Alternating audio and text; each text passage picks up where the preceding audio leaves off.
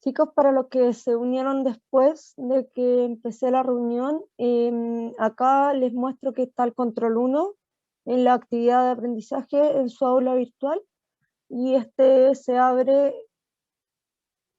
el control se abre en 5 minutos y tienen 10 minutos para resolver.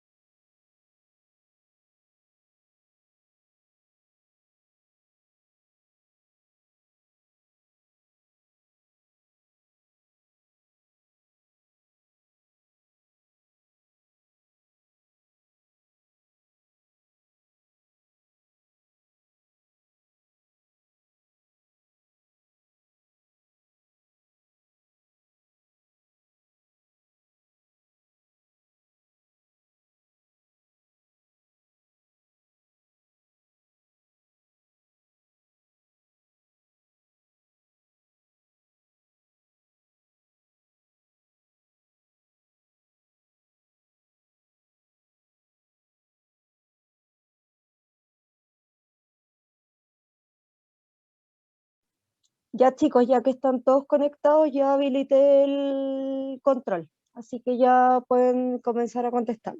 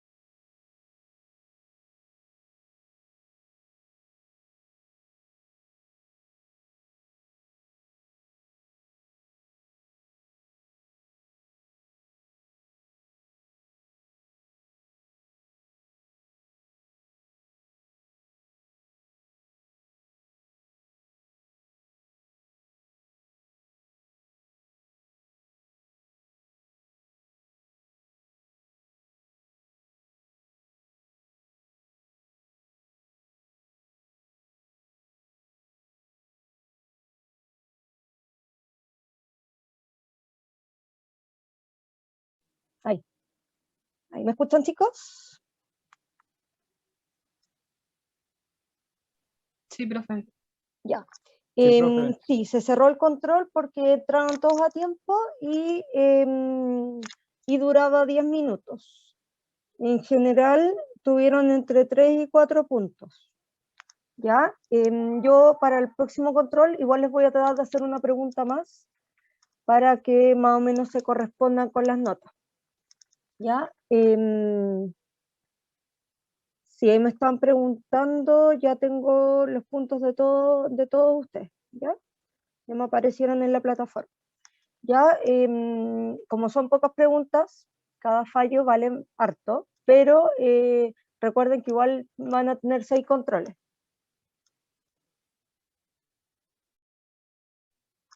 Yo se las voy a ir comentando. ¿Ya? Ya. Por ejemplo, al que tenemos la función del anticuerpo secundario es aumentar la señal de detección, disminuir los falsos positivos, aumentar la sensibilidad o aumentar la eficiencia. ¿Cuál creen ustedes que era?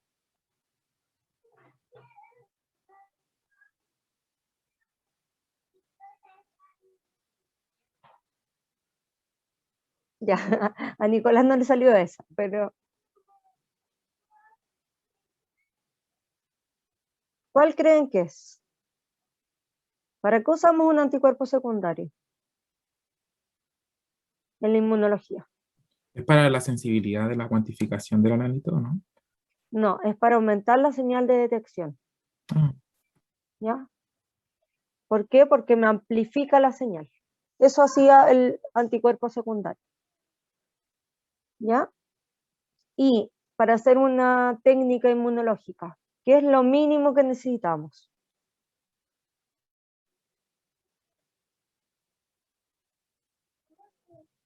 Para una técnica inmunológica, sí o sí tiene que haber un anticuerpo. Ya, mínimo un anticuerpo, ¿cierto? ¿Sí o no, chicos? sí, profe. ¿Ya? ¿Y el anticuerpo qué reconoce? El antígeno. Un antígeno, ¿ya? Entonces necesitamos un antígeno y un anticuerpo. ¿Es necesario tener un anticuerpo primario y uno secundario? ¿Sí o sí? No. No, entonces lo mínimo necesario es el antígeno y el anticuerpo primario, porque eso también era otra de las preguntas.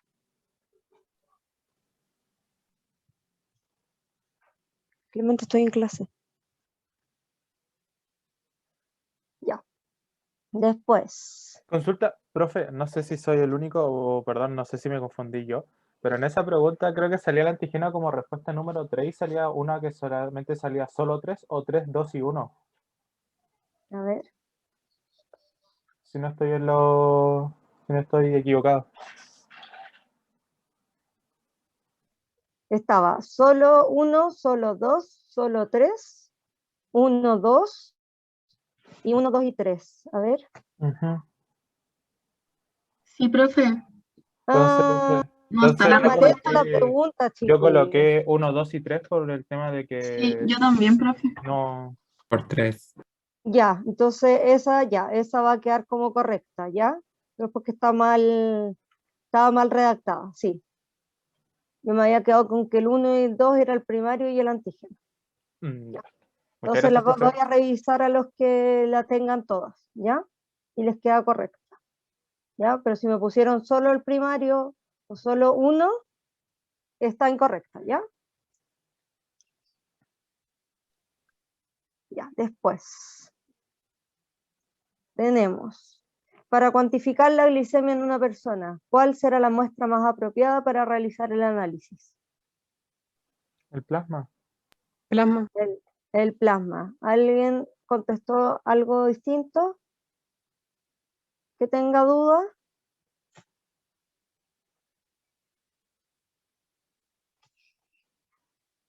Pregunta ahora o calle para siempre. Ya. ¿Cuál de las siguientes medidas corresponde a la actividad enzimática? nanogramos por ml, nanogramos por litro, unidades por litro, milímetros de mercurio, miligramos por decilitro o milímetros de mercurio.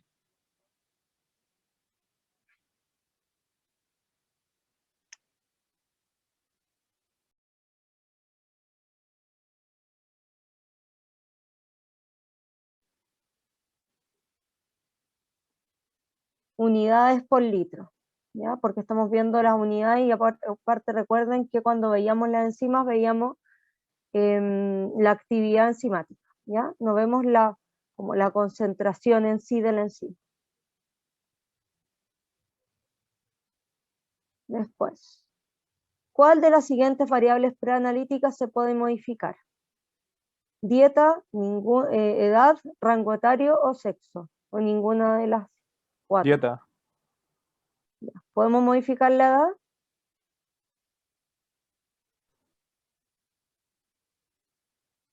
No, ¿cierto? No, profe. ¿No? Muy bien.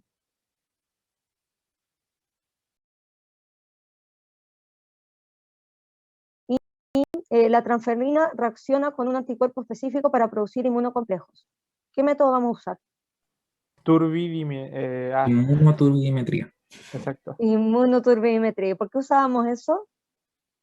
¿Por qué para los inmunocomplejos nos sirve la inmunoturbimetría?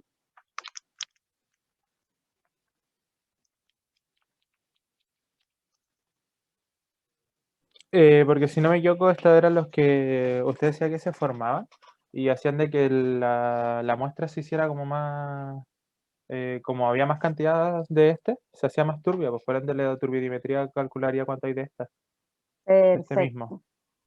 Perfecto. ¿Por qué? Porque la luz no, me iba a absorber más luz y después no iba a pasar tanta luz. Muy bien. Y hay otra pregunta. Déjame encontrarla.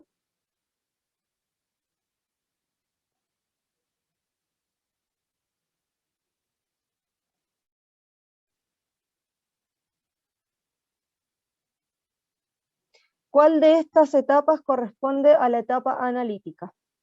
Identificación, recepción, cuantificación, preparación o solicitud. La cuantificación. Ya, y eso era lo que estábamos viendo en esta clase, ¿cierto?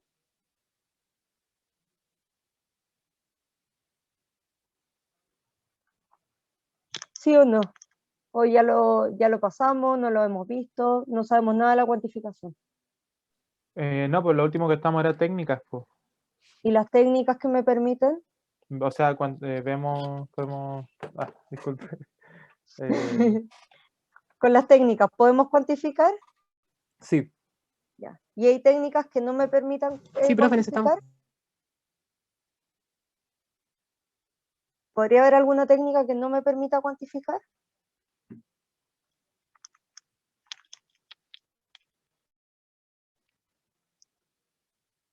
El método ELISA. El ELISA, ¿podemos cuantificar cuánto hay de, por ejemplo, antígeno con el anticuerpo?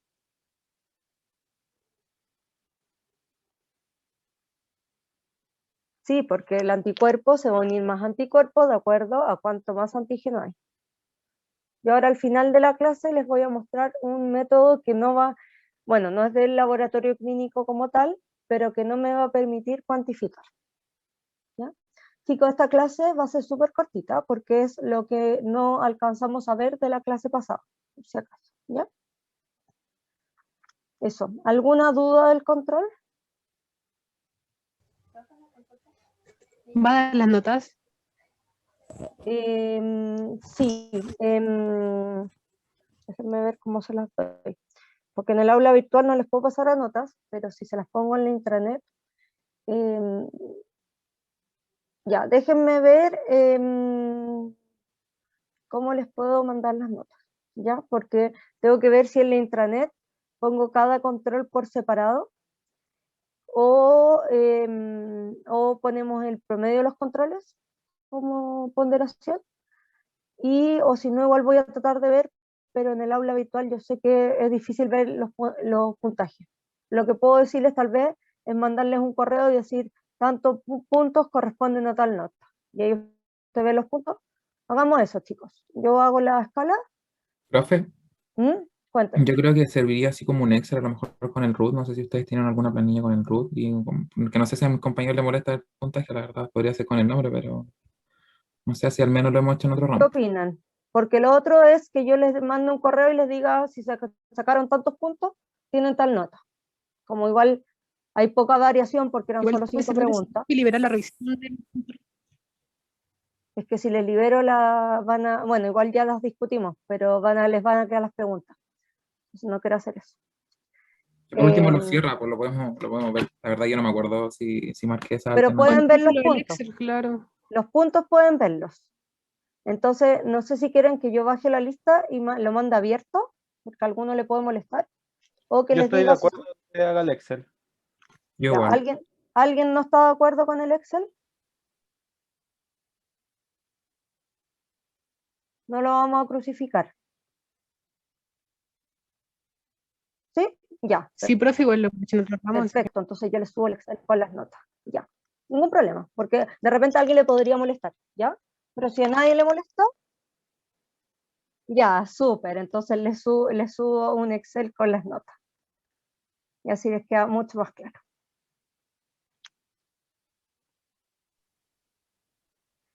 Ya, chicos, entonces vamos a seguir con los métodos utilizados en el laboratorio bioquímico y vamos a grabar. Ya. ¿Conocen esta técnica? ¿Han escuchado? ¿Está en boga ahora? ¿La han escuchado o no, chicos? PCR. para las muestras de COVID. PCR. Con las muestras de COVID, ya. Pero acá dice PCR convencional. ¿Ya? ¿Qué significa que sea convencional?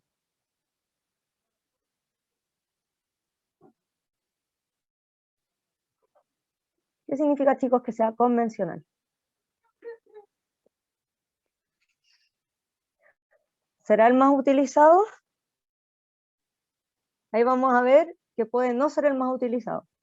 El convencional es porque es el clásico, ¿ya? Es donde partió la técnica. Y después, entonces está el convencional y después se fue modificando, se fueron agregando cosas, ¿ya? ¿En qué se basa el PCR convencional? Nosotros, este PCR, se llama no como dijo hace un año, ahí la subsecretaria, no es la proteína C reactiva, es la reacción en cadena de la polimerasa. ¿Y por qué necesitamos una reacción en cadena de la polimerasa? ¿Se les ocurre por qué necesitamos una reacción de la polimerasa? ¿Qué hace la polimerasa?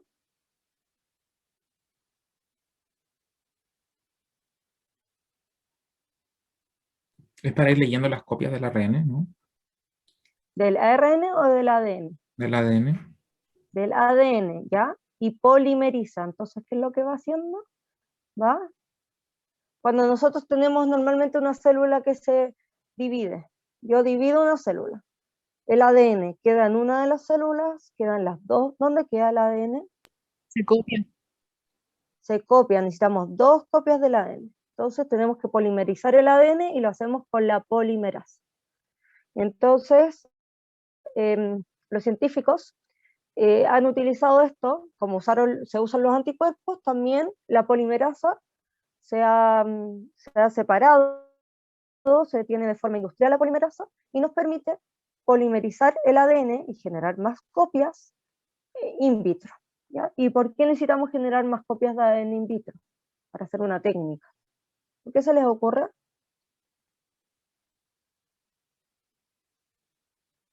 ¿Que necesitaríamos amplificar el ADN?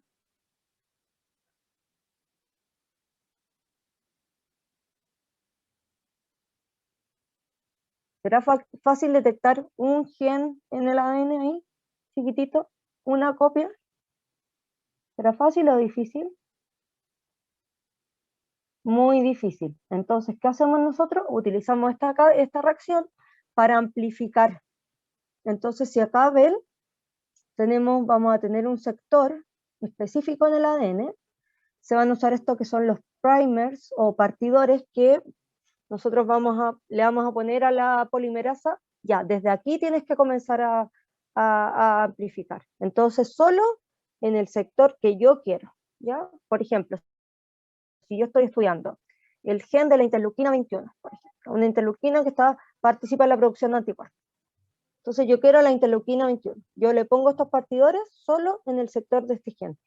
Y ahí pongo la polimerasa, tengo que agregar nucleótidos. ¿Por qué? Porque necesitamos estos bloquecitos para ir haciendo la amplificación y voy generando cadenas nuevas. Por cada ciclo se van duplicando. Entonces tenemos 2 copias, después 4, después 8, después 16. Después de 20, 30 ciclos ya vamos a tener miles de millones de copias. Entonces mi pedazo chiquitito, que era una copia del gen, lo voy a tener aumentado y lo voy a poder ver. ¿Ya? Entonces por eso se utiliza esta reacción en cadena. Se va encadenando y se va generando cada vez más copias. Y es súper específico porque yo le puse estos partidores, que es donde va a partir la reacción de la polímera. ¿Cómo se ve esto? ¿Ustedes han visto estos geles de agarosa o de poliacrilamida? ¿Los conocen? No, ¿Y la electroforesis la conocen? No, profe. tampoco. Ya, nosotros vamos a tener una cubeta que vamos a tener un gel, ¿ya? Es un gel que entonces es un polímero que va a permitir de que yo ponga una muestra y esta muestra migre por este gel, ¿ya? Esa es como la gracia del gel, ¿ya? Puede ser de agaroso en el caso del PCR y en la electroforesis vamos a tener otro material que es poliacrilamida, ¿ya? En el PCR convencional tenemos la agarosa y nosotros vamos a tener 2 electrodos, uno negativo y uno positivo, ¿ya? En este caso, el ADN en esta reacción va a ser negativo y va a migrar hacia el cátodo positivo, ¿ya? Yo le voy a poner corriente y voy a hacer que se mueva. Entonces acá, en cada carril, que acá, ¿cuántos ven? Vamos a ver un carril, 1, 2, 3, 4, 5, 6, acá hay otro, 7, 8, 9, 10, 11, 12, 13, 14, 15, 16. 16 carriles que yo voy a poner cosas distintas, muestras distintas.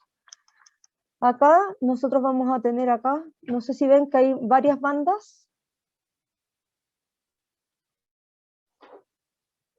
Acá, Sí, se varias logra bandas, observar. ya. De acuerdo a dónde migró la banda es el tamaño del fragmento que hay ahí, ¿ya? El tamaño, ¿ya? Si tenemos por ejemplo, si mis partidores se juntaron entre ellos, va a ser muy chiquitito el tamaño de lo que se amplificó, entonces va a estar por aquí, muy chiquito, acá no vemos nada. Y cada vez más arriba va a ser mayor el tamaño. Entonces yo voy a tener esto marcador para decir, esto es un tamaño conocido. Entonces, por ejemplo, 10 pares de base, va a ser esta bandita. Entonces todo lo que está ahí tiene 10 pares de base. Como yo voy a saber el tamaño de mi gen, me va a permitir ver si es mi gen o no el que se amplificó, ¿ya? Y acá, de acuerdo al tamaño de la banda, no sé si ven acá en el 6.º carril, que la banda es mayor que la del 2.º carril, ¿lo ven o no? ¿Notan la diferencia? Se ve que es más gruesa. Se ve que es ¿Eso se más refiere? gruesa, ¿cierto? Sí, es más grueso, entonces acá habría más material genético que se amplificó que en esta. Pero nosotros decimos, habría más, pero no sabemos cuánto más hay. ¿Ya? Y por otra parte, aquí, en esta muestra que no hay nada, ¿estaba mi gen en mi ADN o no estaba? No, no se debe haber producido, pues. No se ha producido, no estaba el gen, por lo tanto, o puede haber sido un control negativo que yo le puse agua, por ejemplo. Entonces no hay nada. ¿Ya? Entonces el PCR convencional, uno diría que es como semi-cuantitativo, porque uno podría ver cuánto brilla la banda, pero nunca vamos a saber exactamente cuánto más hay en esta banda que en esta. ¿Y por qué brilla el gel? ¿Por qué brillará esto? ¿Por Necesitamos algo, fluorescencia? sí, y necesitamos un compuesto. Entonces en el PCR uno le agrega un compuesto al gel que se llama bromuro de tidio, y este se va a unir a todo lo que esté como doble banda. Entonces, nosotros el ADN lo teníamos separado para poder amplificarlo, entonces eso no lo vamos a ver, pero todas estas copias, ¿ven que son dobles cadenas? Chicos, ¿ven que son dobles cadenas estas copias? ¿O son simples? Sí. Son dobles, ¿cierto? Entonces todo lo que está doble se va a pintar. Y se va a pintar, lo vamos a poder ver, solo lo que se amplifica. Entonces así nos va a permitir ver si tenemos presencia o no de un gen o de un ácido nucleico. Entonces, por ejemplo, acá si tuviéramos para el COVID, todas las muestras que son positivas, vamos a tener que amplificaron el genoma del virus. Entonces, las muestras donde se amplificó el genoma del virus es porque había virus. ¿Ya? El virus del COVID, ¿ustedes saben de qué tipo es? ¿Es ADN o ARN? ARN. ARN. Yo podría usar esta reacción para hacerlo directamente. ¿Podría usar esta Se reacción? supone que no, porque este busca ADN, ¿no? Busca ADN, genético. muy bien. Y para eso uno tendría que hacer tiene que hacer un paso antes para hacer el PCR que se llama transcripción reversa. Entonces, como sabemos que del ADN al ARN es transcripción, hay una forma de hacer transcripción reversa. Y hay una enzima que hace eso, y pasamos todo lo que es ARN a ADN. Y así podemos trabajar más fácil con él. ¿Ya? Y ahí podríamos hacer un PCR. Entonces, una de las limitaciones del PCR convencional, ¿cuál sería, chicos? Una limitación. Ya, entonces igual hay que hacer la transcripción reversa, pero se usa. ¿Cuál otra limitación tenemos? Del convencional.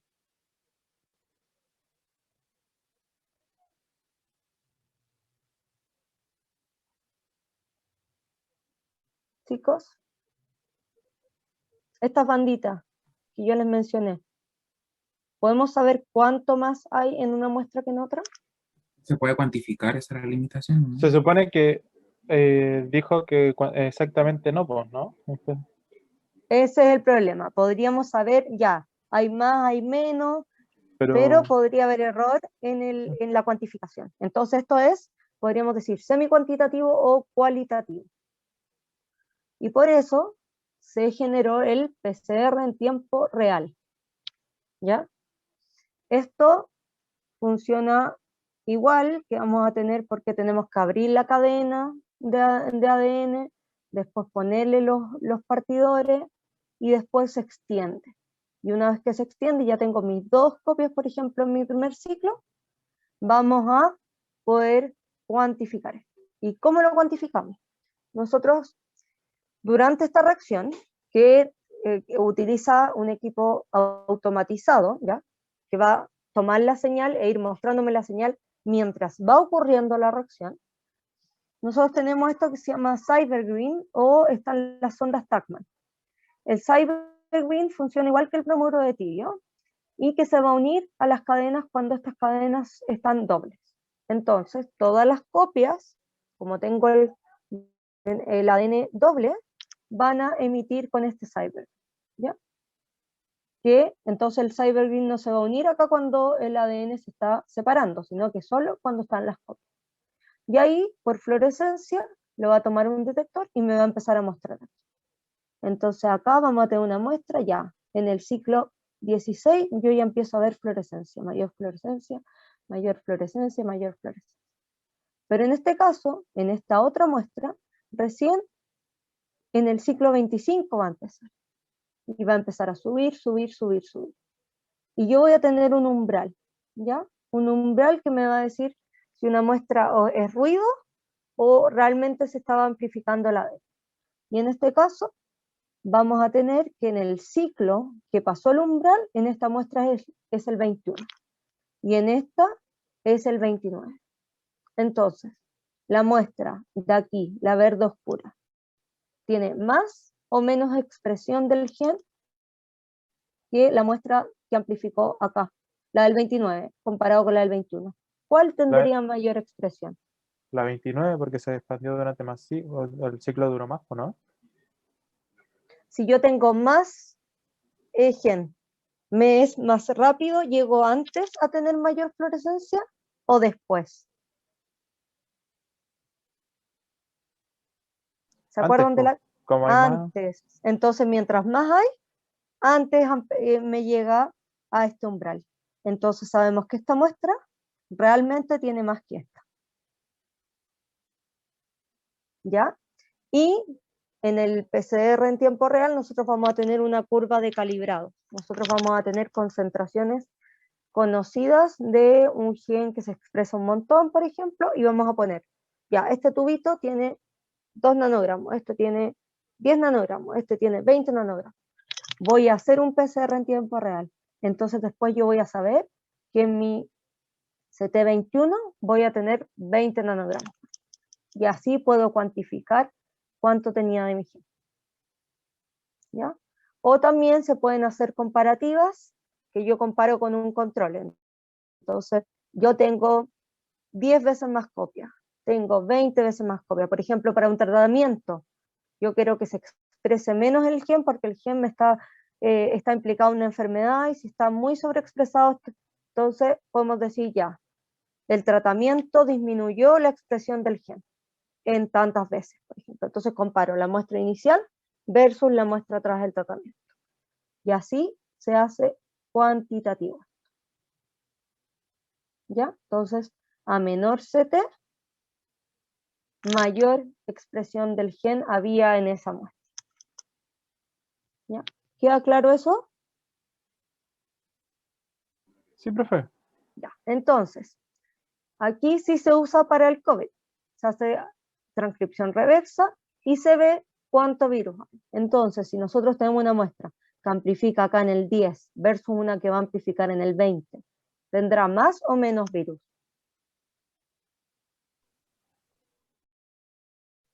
La del CT10. ¿Tendría más, o no?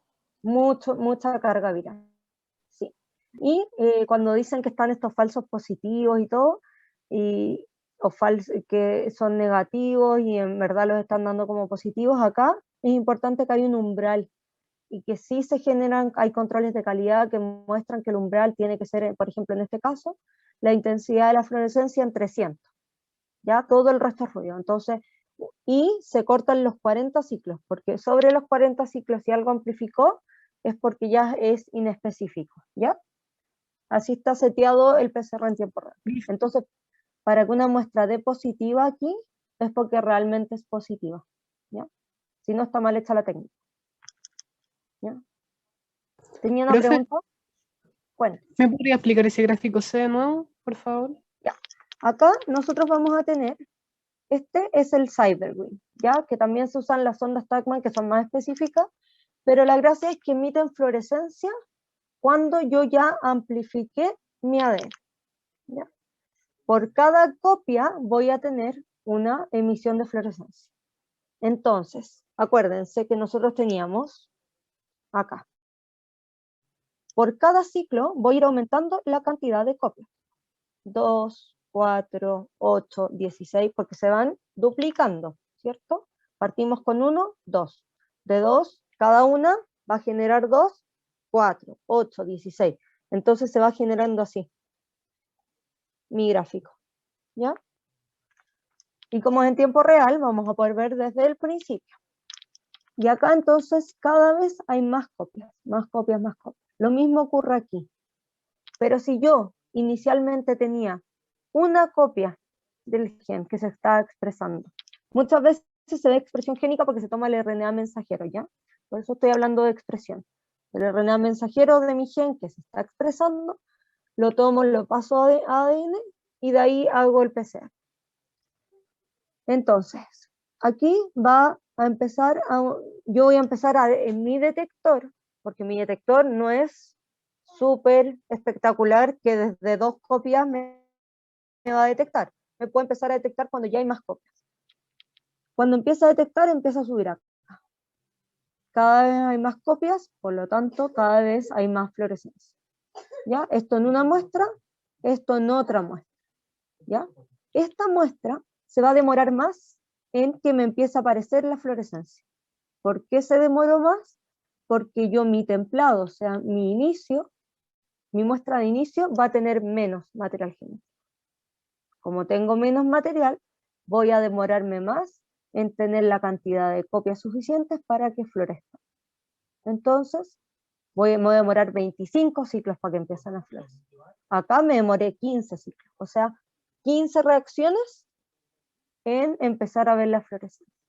Entonces, mientras más templado, me demoro menos en empezar a ver la fluorescencia.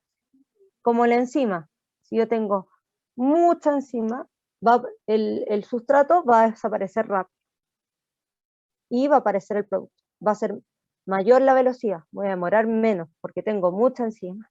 Acá es lo mismo. Si tengo más templado, o sea, más ADN inicial, me voy a demorar menos en empezar a ver la fluorescencia. ¿Queda ahí claro? Sí, profe, sí, muchas gracias. Ya.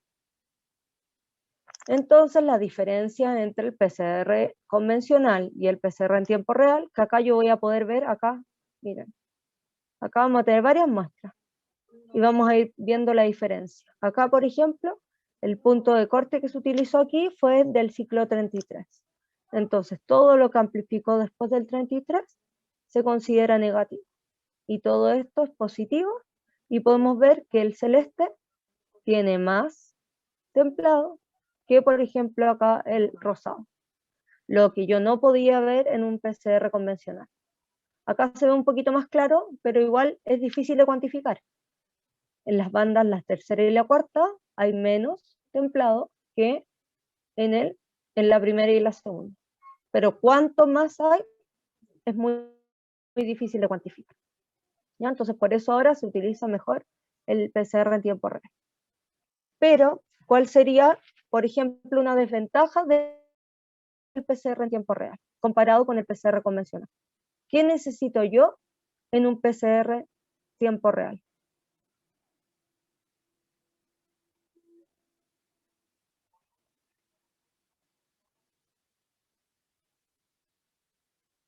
Chicos, ¿qué necesitaría yo en un PCR que sea una desventaja? ¿Qué necesito en un PCR de tiempo real?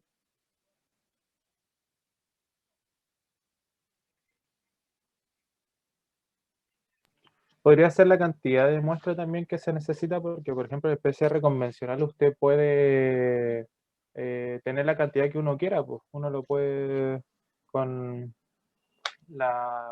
discúlpeme, la enzima que dijo, puede Sí, pero mantener el material genético que uno quiera. El PCR en tiempo real uno tiene que sacar y es lo que en el momento sacó nomás, pues, ¿no?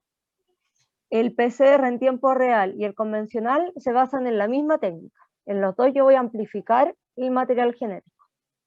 Y si yo pongo mucho en este gel de muestra, se me va a desbordar y no voy a poder ver bien la muestra. El PCR en tiempo real es más sofisticado. Entonces, si es más sofisticado, ¿qué puedo necesitar yo más que en uno convencional?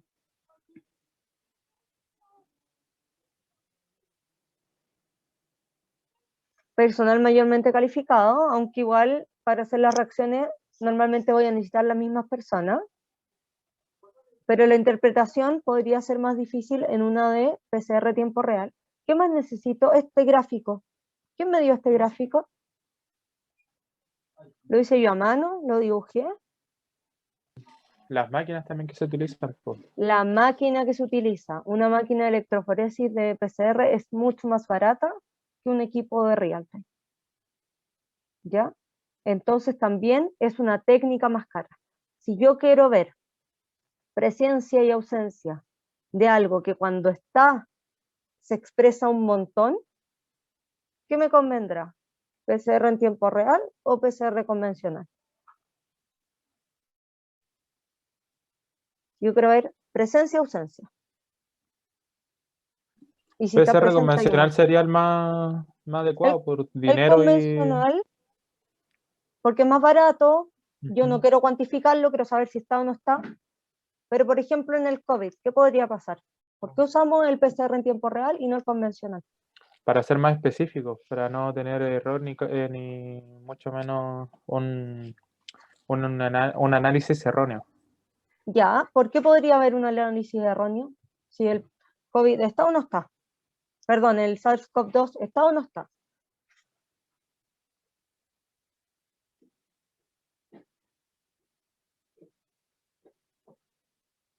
Es porque yo puedo tener muy poquitito, y ese que tiene muy poquitito puede contagiar igual, y yo igual lo tengo que lograr detectar. Y en el PCR convencional se me podría llegar a pasar. ¿Ya? Es por eso, porque hay distintas cargas virales. ¿Ya? Y corríjame cuando digo COVID, porque COVID, recuerden, es la enfermedad causada por el SARS-CoV-2. Una persona asintomática no tiene COVID. ¿Ya? ¿Tienen grabado eso? ¿Que alguien asintomático no tiene COVID? ¿Chicos, lo tenían claro? No. Ya. Una persona asintomática no tiene COVID, porque COVID es la enfermedad asociada por el SARS-CoV-2. ¿Ya? El SARS-CoV-2 es el virus, es como que una persona tuviera VIH y uno dijera, esa persona tiene SIDA. No, la persona puede no estar desarrollando la enfermedad, solo estar infectado con el virus del VIH, pero no tiene SIDA. ¿Ya? Es mucho más grave tener la enfermedad que estar contagiado. ¿Ya? Para que eso les quede súper claro. ¿Ya? Y acá el caso, tenemos el PCR, que se toma la muestra, después se extrae el RNA de la muestra. ¿Por qué? Porque la muestra yo no voy a sacar solo el RNA, sino que voy a tomar una muestra general. Esto, como es RNA, tenemos que hacer una transcripción reversa, o sea, pasar el ADN para poder hacer la reacción en cadena de la polimerasa, y se mete en este equipo que es el PCR en tiempo real. La gracia es que podemos tomar también desde infecciones tempranas hasta infecciones avanzadas. También tenemos poca carga viral, también la vamos a poder detectar, pero es difícil de hacer. Muy bien, ustedes dijeron personal especializado, que sepa hacer extracción de RNA, que no se degrade el RNA, porque el RNA es súper lábil, entonces hay que tratarlo como seda, que sepa hacer la transcripción reversa y que sepa hacer el real time. ¿Ya? Estos son muestras que se utilizan en volúmenes muy, muy pequeños y hay que ser súper, súper precisa al hacer la técnica. Entonces es difícil y requiere un tiempo de diagnóstico, porque aparte la técnica, al ser difícil y utilizar reactivos que son caros, yo no puedo, si tengo solo una muestra, correr un PCR. Necesito juntar muestras. Entonces eso también puede demorar el diagnóstico. Pero por otra parte tenemos el ensayo, el test serológico. ¿Ya? Esto va a tomar el suero. ¿Ya? Cuando veamos serológico es suero. Y desde el suero vamos a hacer un ensayo de ELISA. ¿Recuerdan el ensayo de ELISA que lo íbamos a hacer por anticuerpos? Y esto es para detectar los anticuerpos que generó la infección por el SARS-CoV-2. Una persona que no se enfermó, por ejemplo, ¿habrá desarrollado anticuerpos? Que sí se infectó, pero no se enfermó. Sí. ¿Y podría no haber generado anticuerpos? No, porque al fin y al cabo el virus sí está en su sistema, pues. Pero y si estaba muy, muy poquitito, ¿mi sistema inmune lo podría haber detectado?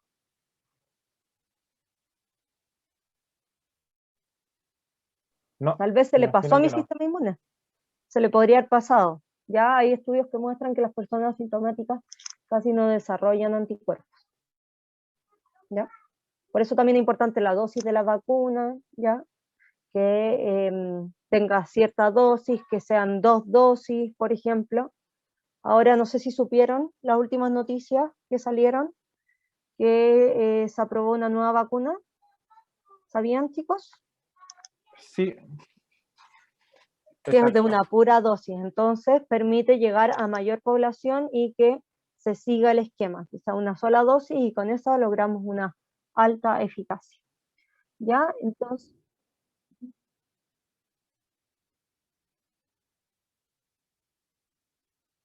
podría ser, ¿por qué? Porque no sé si ustedes han escuchado bien como los procesos de los estudios clínicos, chicos. Ya, No, profe. tenemos distintas fases, entonces vamos a tener fases que tenemos solo voluntarios, por ejemplo en la vacuna siempre van a ser personas sanas porque nosotros queremos generar los anticuerpos, pero por ejemplo en enfermedades, que vamos a estar estudiando por ejemplo un tratamiento, tenemos fase preclínica que es probamos en animales, probamos en células, después vamos a tener una fase 1 y que vamos a tener en voluntarios, personas sanas, que vamos a probar si es seguro el médico. Después vamos a pasar a una segunda fase que ya vamos a empezar con enfermos, pero va a ser muy pequeña. Después fase 3, por ejemplo ahora estábamos en la fase 3, en la fase cuando ya se empezó a probar en una población grande las vacunas. Pero tenemos una fase 4, casi nadie habla de la fase 4. Y la fase 4 es cuando nosotros vamos a poner este remedio, por ejemplo, en la farmacia. Y ahí vamos a tener un número gigante de personas que van a empezar a recibir este remedio. Y cualquier efecto adverso uno lo podría reportar. Entonces así va aumentando la población. Entonces ahora que hicieron la vacuna, nosotros teníamos la fase 3, que decía, esta vacuna es segura, genera cierto porcentaje de eficacia. Pero ahora, ¿cuántas personas llevamos vacunadas con Sinovac? Más o menos. ¿Cuántas llevaremos? Chicos, ¿saben cuánto más o menos llevamos vacunados? Como 10 millones, 9 millones y algo. Llevamos muchos millones con una dosis. Y ahí podemos sacar datos de la eficacia de la vacuna. ¿Por qué no?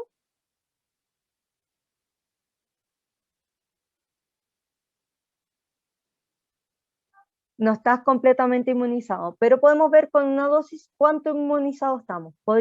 A todos los que están vacunados podrían decirles ya, necesitamos una muestra de sangre, vamos a ver cuánto anticuerpos. La fase 3 mostró que necesitamos las 2 dosis, ¿ya? Y en la fase 4 vamos a ir viendo cuánta inmunización. Si se sigue enfermando mucha gente, porque eso también se vio, cuánta gente disminuye las hospitalizaciones, cuando ya logramos vacunar un montón de gente y seguimos hospitalizados, tal vez necesitamos una tercera dosis, un boost. ¿Profe? ¿Por qué? Porque ya tenemos una población súper grande para poder, que es lo que decía la compañera, tal vez podemos necesitar una tercera dosis. ¿Ya? ¿Y es por qué? Porque la población ya es un número suficiente para sacar buenos datos estadísticos. ¿Ya? ¿Profe? Llevamos, sí, El test rápido de COVID puede medir los anticuerpos que se generaron después de la vacuna, o sea, por ejemplo, no sé, después de la segunda dosis, ya espero los 14 días y yo me hago un test rápido de COVID. Me mide los anticuerpos que yo generé contra, bueno, que no contra la enfermedad, pero con la vacuna. depende del límite de detección y depende del anticuerpo que está en el test rápido. ¿Qué anticuerpo está detectando? Porque después de la vacuna hay ELISAs específicos para 2 anticuerpos, ¿ya? Yo vi resultados tras la primera vacuna de una persona y solo se desarrollaban anticuerpos contra uno de los antígenos del SARS-CoV-2. Y después de la segunda dosis ya se generaban anticuerpos contra 2 de los antígenos. Entonces ahí fue mejorando y si ya tenemos anticuerpos contra 2 de los antígenos, la posibilidad de que nuestro cuerpo al recibir la infección se defienda es mucho mayor. ¿Ya? Pero sí podríamos con un test rápido. ¿Ya? Y acá, ¿qué va a detectar entonces este ELISA? Los anticuerpos cuando ya tuvimos una infección avanzada y ya nos recuperamos, porque nuestro cuerpo, si recién recibió el virus, el sistema inmune alcanzó a notar que estábamos enfermos, que teníamos la infección, Si yo fui ahora al supermercado, me contagié, ¿mi sistema inmune sabe que estoy con el virus? Aún no, ¿cierto? Entonces, esto nos va a detectar cuando ya está avanzada la infección. Entonces, la gracia del PCR es que desde el principio ya lo puedo detectar. Entonces, si yo fui al supermercado, me contagié y me hacen ahora un PCR, bueno, yo creo que mañana, me hacen mañana el PCR, puedo salir positiva. Pero mis anticuerpos todavía no van a salir positivos. ¿Ya? Entonces, esto permite detectar infecciones tempranas.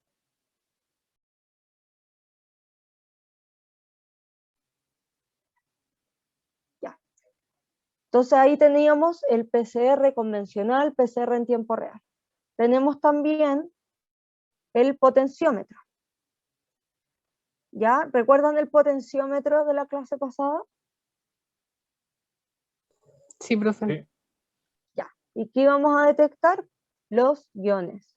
Entonces acá vamos a tener un electrodo que es súper específico, acá, que de vancomicina, que va a tomar solo selectivamente el potasio. Y con mi electrodo de referencia vamos a ver la diferencia de potencial de carga y vamos a poder saber cuánto potasio hay. Si yo cambio este electrodo y pongo uno específico para el sodio, voy a poder detectar el sodio. ¿Ya? Y esto también se utiliza para los gases, específico para oxígeno, para CO2. También vamos a tener lo que es la electroforesis. Yo ya les expliqué que cuando teníamos en el PCR convencional nosotros hacemos una electroforesis, que es que va a migrar mi muestra hacia el cátodo, por ejemplo, positivo o negativo, va a migrar mi muestra y ahí voy a tener bandas. Acá está la hemoglobina. ¿Qué es la hemoglobina, chicos? ¿Qué es la hemoglobina? La proteína que está unida al oxígeno. Muy bien, una proteína que está unida al oxígeno. Y nosotros podemos ver los distintos tipos de hemoglobina de acuerdo al peso de la hemoglobina. ¿Y cómo lo hacemos? Acá vamos a tener una muestra. Acá vamos a teñir un gel, por ejemplo, o una membrana que se llama, vamos a tener un gel de poliacrilamida. Entonces mi gel, voy a poner mis muestras y voy a hacer que esta proteína migre por electricidad. Entonces va a migrar hacia un cátodo negativo porque las proteínas son positivas. ¿Ya? Y bajo este pH vamos a permitir que esta hemoglobina vaya modificando su tamaño de acuerdo al tipo de hemoglobina. ¿Ya? Entonces acá, por ejemplo, vamos a tener bandas, entonces la hemoglobina llegó hasta aquí. La hemoglobina 2, que es la normal, la C y la E.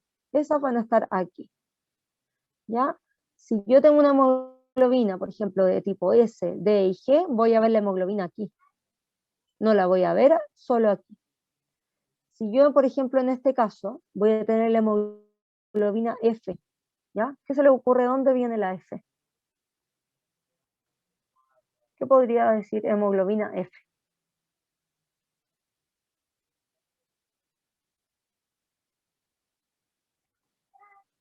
¿De qué será, chicos? F.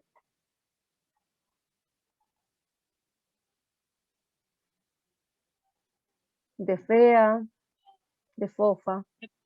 Fetal, muy bien. Entonces la hemoglobina fetal vamos a tenerla en el control porque el control tiene que tener todos los tipos de hemoglobina y la vamos a ver en la sangre de cordón umbilical. ¿Ya? Porque ahí hubo hemoglobina fetal. Y acá vamos a tener la hemoglobina A, que acá vamos a ver que está en la muestra normal, va a estar la A2, y va a estar en otros tipos de enfermedades. Acá hay dos enfermedades que vamos a tener la hemoglobina, solo la C, S, y la C, y la S y la E. No vamos a tener la hemoglobina A, que es la normal. Entonces, a través de esta técnica, se pueden detectar enfermedades. ¿Ya? ¿Y es por qué? Porque la hemoglobina va a migrar en un gel. Normalmente de proteínas se usa de poliacrilamida. Y va a migrar, porque es negativa, hacia el cátodo positivo. Otra técnica también que se utiliza es la espectrometría de masa asociada a una cromatografía líquida. ¿Ya? La cromatografía líquida, no sé si la vieron, tuvieron análisis instrumental ustedes o químico. Sí, profe. ¿Ya? ¿Se acuerdan de la cromatografía líquida? Sí. Sí. Sí. ¿Qué permite? Que nosotros vamos a tener una fase móvil y vamos a tener una fase aquí que va a estar estática, y nosotros vamos a permitir que al pasar esta muestra a una alta presión se vaya separando esta muestra, ¿ya? Y se va a ir separando también de acuerdo al tamaño. Entonces va a permitir que moléculas que tienen un tamaño muy, muy similar entre ellas, yo las voy a poder separar, ¿ya? Por la cromatografía líquida. La espectrometría de masa, ¿también la conocen o no? ¿Conocen la espectrometría de masa? ¿Sí o no, chicos? Sí, No, profe. profe. ¿Sí? Sí, ¿También la la pasó conocen? manuales. Ya. Entonces vamos a unir estas dos técnicas. Acá me permitía separar, pero acá, al bombardear con los iones en la espectrometría de masa, vamos a permitir que, y con mi detector, y para poder analizar, vamos a poder detectar mayor moléculas que están más juntitas. Por ejemplo, yo les había hablado de la vitamina D.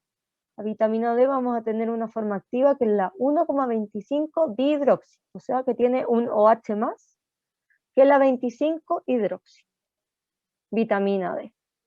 Entre esas dos moléculas, la única diferencia es un hidroxilo. Esa diferencia es súper chica para detectarla por técnicas más simples, ¿cierto? Es solo un OH, son dos átomos. ¿Cierto, chicos?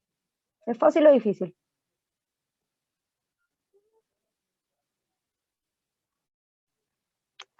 ¿Es fácil detectar las dos moléculas y saber,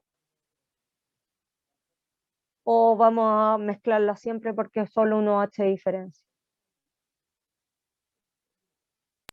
Más fácil. ¿Es fácil o difícil?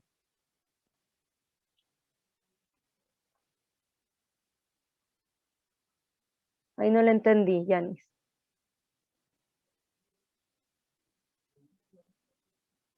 Chicos, ¿fácil o difícil detectar dos moléculas que tienen un OH de diferencia? Debe ser difícil, ya que igual si están parecidos, se podría confundir uno con el otro, pues, ¿no? Sí, son dos átomos, un oxígeno y un hidrógeno de bajo peso. Ah, Es muy difícil. Entonces tenemos que utilizar esta técnica para poder detectar una con respecto a la otra, ¿ya? Porque es muy chica. Entonces, unimos la cromatografía líquida con la espectrometría de masa, que se hace dos veces, MS y MS. Y ahí vamos a poder ver, tenemos la separación de la cromatografía líquida, pero después por la ionización vamos a tener esto más definido, estos peaks, que mientras más grande el peak, mayor concentración, pero vamos a poder separar muy bien moléculas, tanto como la 1,25 de hidroxivitamina, como la 25 hidroxi. ¿Ya? Esto es para esa detección. Por ejemplo, acá podemos ver estradiol, podemos cuantificar distintos tipos de estradiol, de hormonas, la vitamina D. Para eso se utilizan esto. Y muchas veces, como es una técnica muy cara, no es para exámenes de rutina, ¿ya? Muchas veces, por ejemplo, en la Católica tenemos, esto se utiliza solo para proyectos de investigación. Entonces muestras acotadas y que es muy caro realizar esta técnica. Y acá vamos a tener un ejemplo, PCR. Acá PCR, ¿qué significa, chicos?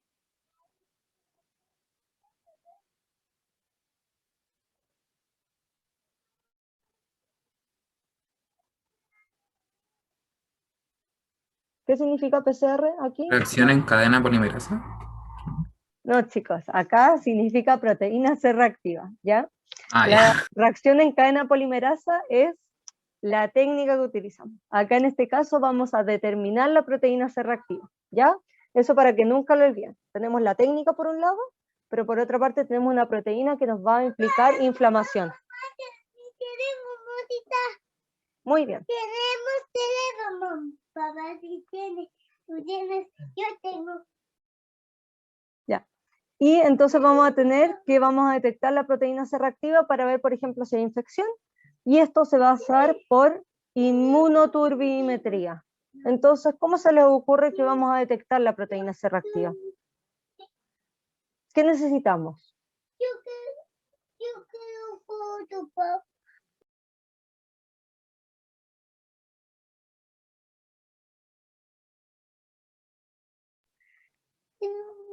Chicos, Foto, mi foto. Yo quiero mi foto, papá. Mamá. Una fuente de luz. Mi foto. ¿una fuente de? Una foto. Una fuente de luz y la cubeta Ya. con las partículas que queremos analizar. Ya, perfecto. ¿Y cuáles son las partículas que vamos a analizar? Foto. Yo quiero una foto. Las proteínas, ¿cierto? Foto. Ya, la proteína. ¿Qué más necesitamos? Si es inmunoturbidimetría. Una foto. No, yo quiero una foto. Oye, no. Un fotodetector, ¿o no? No escuché. Si me puede repetir. Un fotodetector. Ya, fotodetector, mi proteína. Chicos, denme 2 segundos que me voy a quedar sin batería. Voy a buscar el cargador y vengo.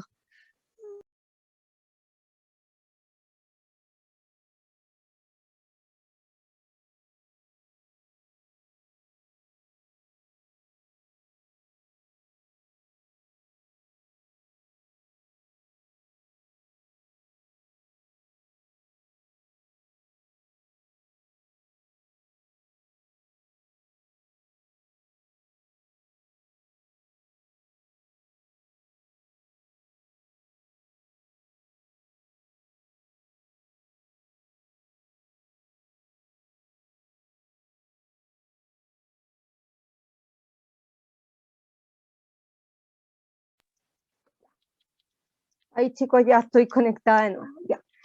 Un fluoróforo, ¿ya? ¿El fluoróforo estará en la proteína? ¿O no necesitamos un fluoróforo? Si es inmunoturbidímetro. Creo que no, porque al fin y al cabo lo que en inmunoturbidimetría se ve que se supone cuánta cantidad hay y esa cantidad hace que se mantenga turbia la muestra, pues, ¿no? Muy bien. Vamos a hacer porque la muestra esté turbia. Y vamos a necesitar un detector de, muy bien, de absorbancia de la luz. Vamos a necesitar que pase la luz por una cubeta y por lo que se ponga turbio vamos a tener más o menos proteína. Pero la muestra se va a poner turbia porque está la pura proteína o necesitamos algo más para que se ponga turbia. Se supone que se necesita algo más, pues, porque eso se tiene que acoplar a la proteína para poder hacer Los- esta... ¿Y qué podría ser lo que se una? Los anticuerpos. Un anticuerpo. Muy bien, Cristian y Nicolás. Vamos a necesitar un anticuerpo, necesitamos que la muestra se ponga turbia, entonces el anticuerpo se va a unir a la proteína y esto va a generar un complejo. Y al generarse el complejo va a estar más turbio.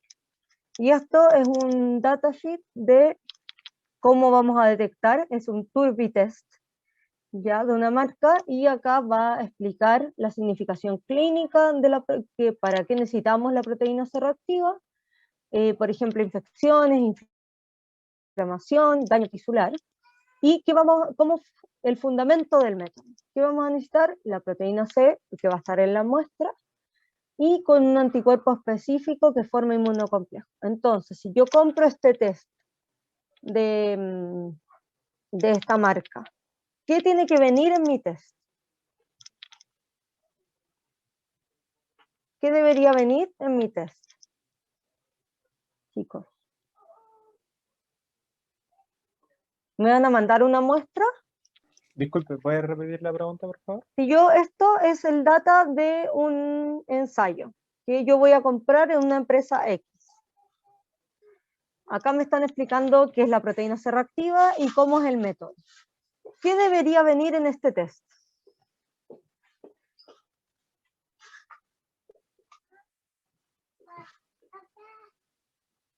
Debería venir el anticuerpo que se va a juntar junto con la proteína Súper y bien, necesitamos el anticuerpo. ¿Qué más? los materiales que se necesitan, donde se va Podrían a echar. Podría venir la cubeta, por ejemplo, podrían venir pipetas.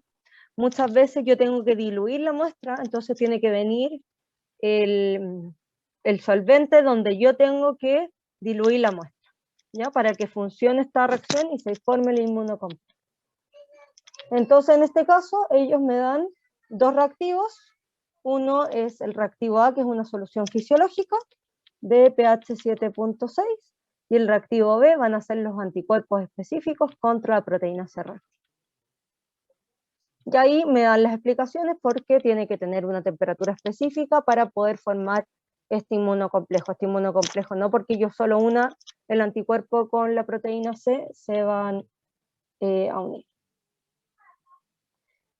Y última diapo, los test rápidos. Acá que me habían preguntado del test del VIH, vamos a tener que esto es una inmunocromatografía. Vamos a tener en mi kit, mi set, un cuadradito así.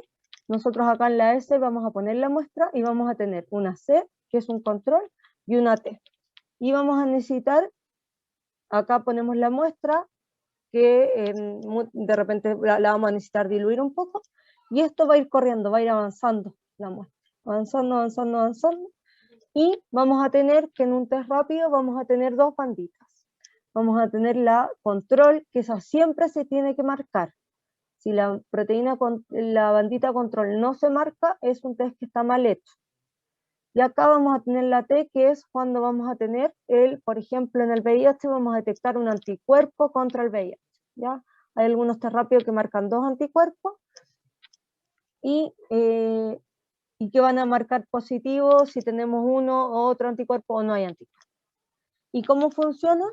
Como mi muestra va a tener un antígeno, que por ejemplo en este caso es el anticuerpo A contra el VIH, yo acá en mi tira voy a tener un anticuerpo que va a detectar este otro anticuerpo en verde. En verde voy a tener el anticuerpo que está en mi muestra. Y cuando va a ir corriendo esto, desde aquí va a ir avanzando mi muestra. ¿Qué va a ocurrir? Se va a unir acá un anticuerpo que está marcado con oro coloidal. Y este anticuerpo va a ser específico contra el anticuerpo de mi muestra. Si mi muestra tiene el anticuerpo, esto va a marcar el oro coloidal y va a marcar esta tirita, de repente roja, de repente negra. Va a marcar la muestra. Y para ver si realmente esto ocurrió bien, vamos a tener que va a haber otro anticuerpo acá, pero que este anticuerpo es contra el del oro coloidal. Entonces, si mi muestra y el test estuvo bien hecho, este anticuerpo fue moviéndose, lo voy a lograr detectar en la segunda tira. Y ahí me va a salir positivo el control. ¿Ya? Entonces, esto es para ver que realmente esta técnica, la inmunocromatografía, que esto va a ir avanzando y lo va a detectar, y si lo detecta estuvo bien hecha.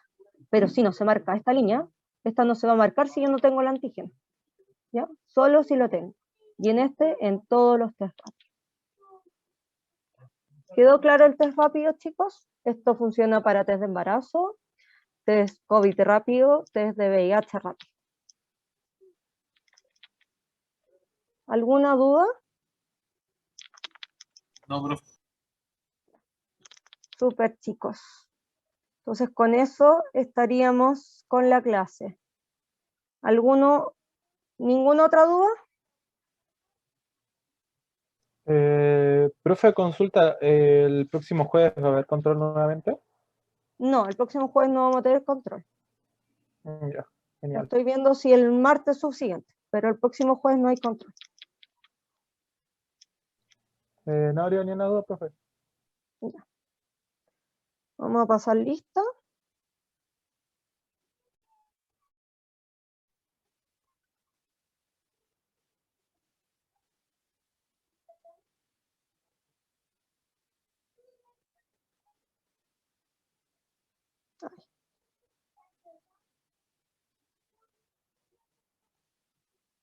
Mm,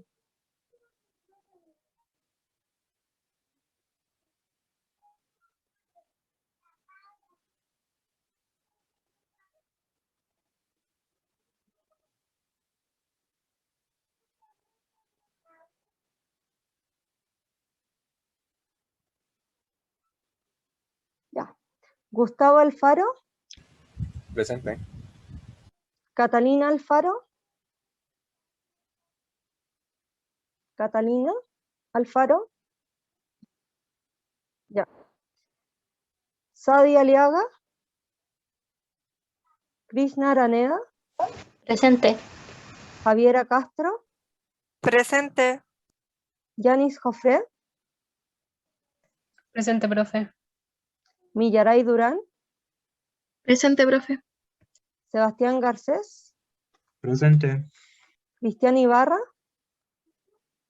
Presente, profe. Javiera Ibarra. Presente.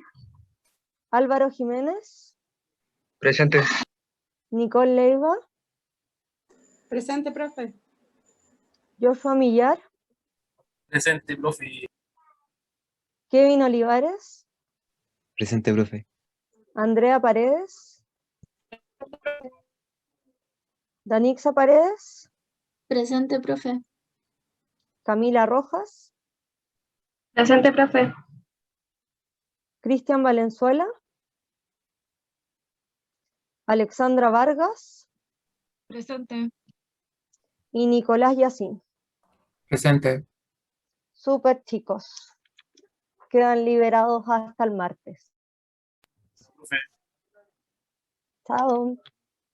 Profe. Chao, profe, gracias. Nos vemos, profe. Chao. Chao. Chao, profe.